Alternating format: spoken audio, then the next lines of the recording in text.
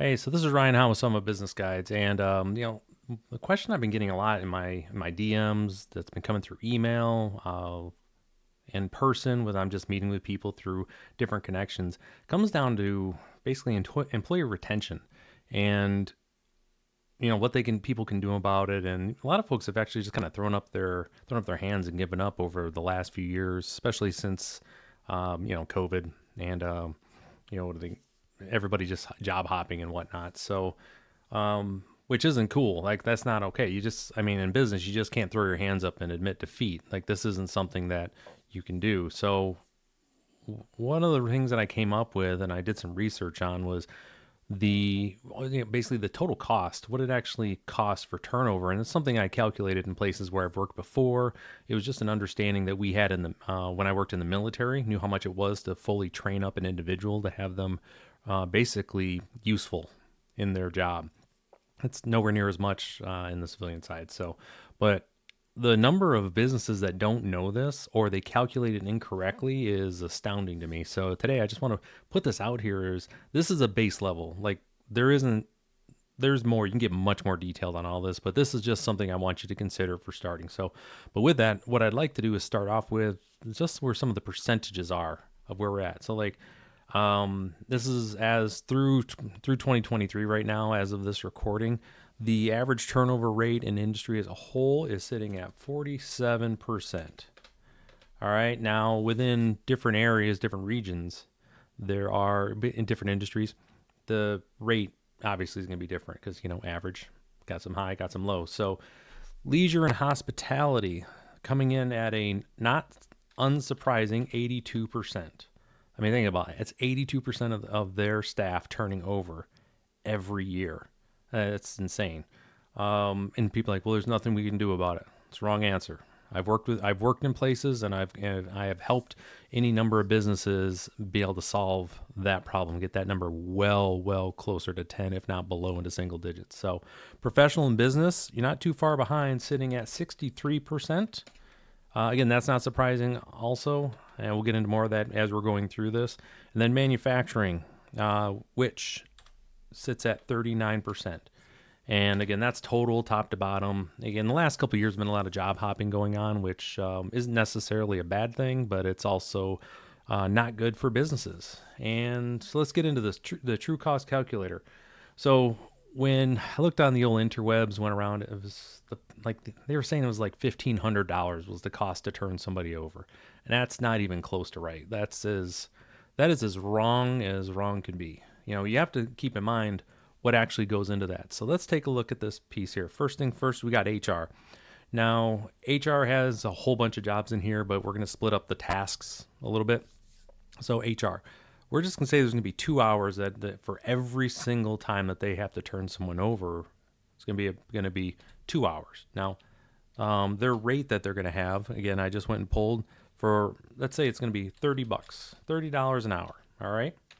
And it's going to take 2 hours. And then again, that has to do with, they have to get the note from from the section that they just they've let someone go. They've got to close out the previous person's, that individual's, basically benefits, make sure their final pay is correct, and then turn over into the next spot, which is, okay, we have to go back out, put a job ad out. We got to do the things that need to be done, and in most places, especially with these turnover rates, they've kind of got it down pat. So let's say 2 hours. Could be more, could be less, but let's just hit 2 hours. And this multiplier we're going to get to in a second, but we're going to keep it as a multiplier of 1 right now. All right. So right off the bat, $60. Basically just the notification and getting the next job ad out. Next is going to be our hiring manager. Now, HR doesn't always do the interviews and other aspects that go with that when they are looking to replace someone. But as far as a hiring manager, somebody's going to be involved. Now, yes, you can outsource this, and when you look at the cost, go that direction. But typically, it's going to be a supervisor. And again, for the business side of this, I'm putting down $25 an hour right now. Could be a lot lower. You make whatever adjustments you want to on this. So again, we're just going to put 25. Now with this one, again, this may be 2 hours. Typically, this is closer to maybe 4 hours that someone's going to be in doing this. Think about it. They've got to go through the resumes. They've got to screen. They've got to prep. And then they have to actually have the interviews. There's a lot to it. But let's just say for retail, first line, brand new, it's going to be 4 hours total you're going to have, because let's say after they make the hire, we're going to keep this a multiplier of 1, which we'll get back to here in a second. But let's say for that training, for the hiring manager, that hiring manager, they have to then make sure they get all the information, notify HR. Again, if they are HR, it's going to make it a mesh together, but there's a lot of admin that goes in with this. So right now we're just 160, and this is not including subscriptions to LinkedIn or posting to other job sites or whatever that looks like. This is just base hours right now, and I'm sure I'm missing stuff because I have a much more detailed one that I use, but this is, again, just for looks right now. So next spot I want to go to is your training self-study. So we got the new person. They just showed up, right? Now the training, which is self-study, includes, let's say it's going to include all of their HR documentation as well too. All right. So for right now, the average pay that we're going to go with, let's say $17 an hour. And that's just going to be, now, yes, it's higher in other places, lower, but I'm just picking $17 for the spot right now. And typically it's 8 hours for self-study. All right, that's going to be how much time it takes for them to input all of their information into your systems, to learn the systems as far as just the technical piece. And if there's any reading the handbook, all the things that you have to require, you have to give time to them in order for them to go through before they're even really starting. Okay, so that's about 8 hours. And most people, that's pretty straightforward. It's about 8 hours, come in, go through all of the paperwork and stuff. Again, multiplier, we're just going to put that at 1 right now. All right, so before we've even had a chance to really get with them, we're at $296 of costs. Again, going off the internet, we're already one-fifth of the way there, and we haven't even got started. Now, the way that I coach my clients to look at staff and to look at individuals, that they should not count turnover complete when it's done until they have a fully trained individual to replace that fully trained individual. It's not, did we just get another body? It's what's the actual training cost to get them up to speed? Because again, turnover is not the same as replacement. Turnover should mean to get yourself right back up to the level that you were before. Not just, basically can they fog a mirror in a set of hands. So training week 1, right? So we're going to keep it at $17 an hour. $17 an hour. Now we're just going to go with, let's say this is a regular business, 40-hour work week, right? So we got 40.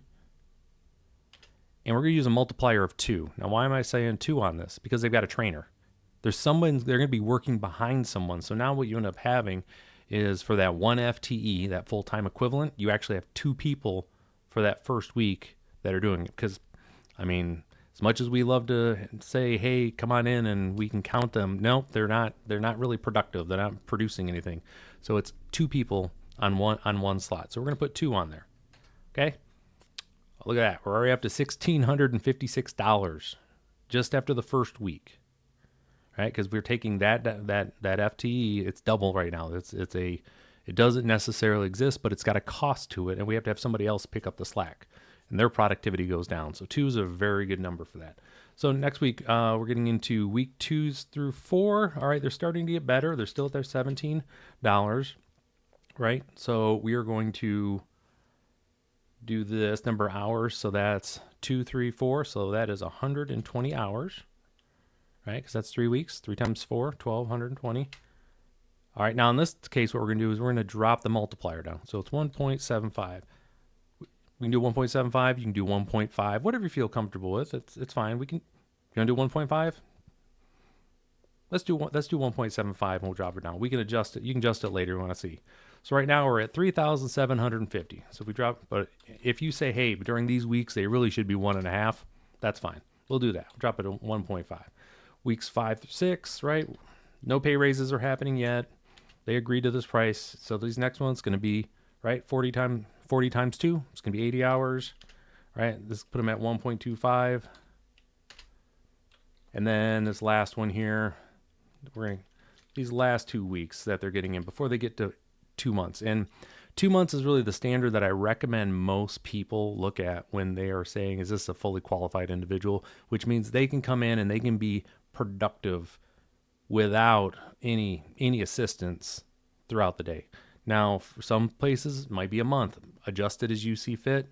2 months is really where I tell people because, frankly, the first month you're literally just kind of saying, "Hey, I just figured out where I'm sitting at. I know what I need to be able to do. Come in and do work, and know what the expected result's going to look like." So we're going to keep that here. So 17. Again, we're going to do another 80 hours, and in this case, this last bit, we're just going to drop them to 1.05 because this last bit, they are probably just, every now and again they're just touching base saying, "Hey, what about this?" Beyond that, they're productive.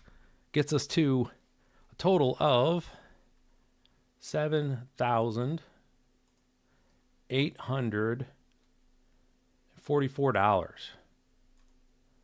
My goodness. So you can see that's quite a bit, but guess what? Are we done? No, we're not. Because what did we forget?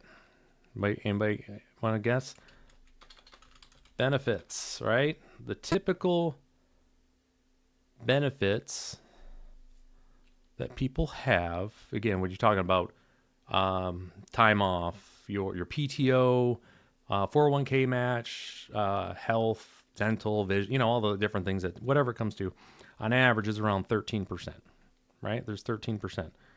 So we got to make sure that's included because that's on top of what their rate of pay is. So 1.13. So to do this, we're just going to go equals, boop, times this. So we are looking at $8,863 is what I would use as my turnover cost right now. And this is simply just to get somebody for the 2 months to where they're productive and they can do things on their own, where they're able to fill a full FTE.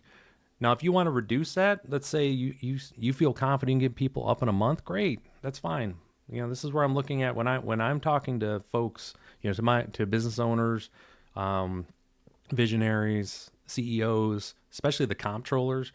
I always want to have a cost associated with everything. So this is the number that I'm getting, me just starting with here. Yours could be higher.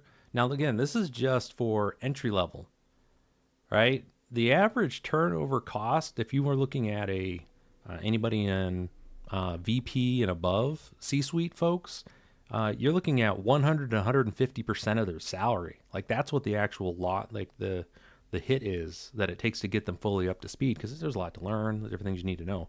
So what I would tell everybody now is when you are looking at this and know that this number, $8,863.72 per FTE, that's per person to get them for turnover costs.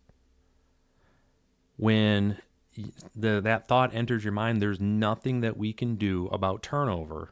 Think about this place right now that, let's say leisure and hospitality, it's at 82%.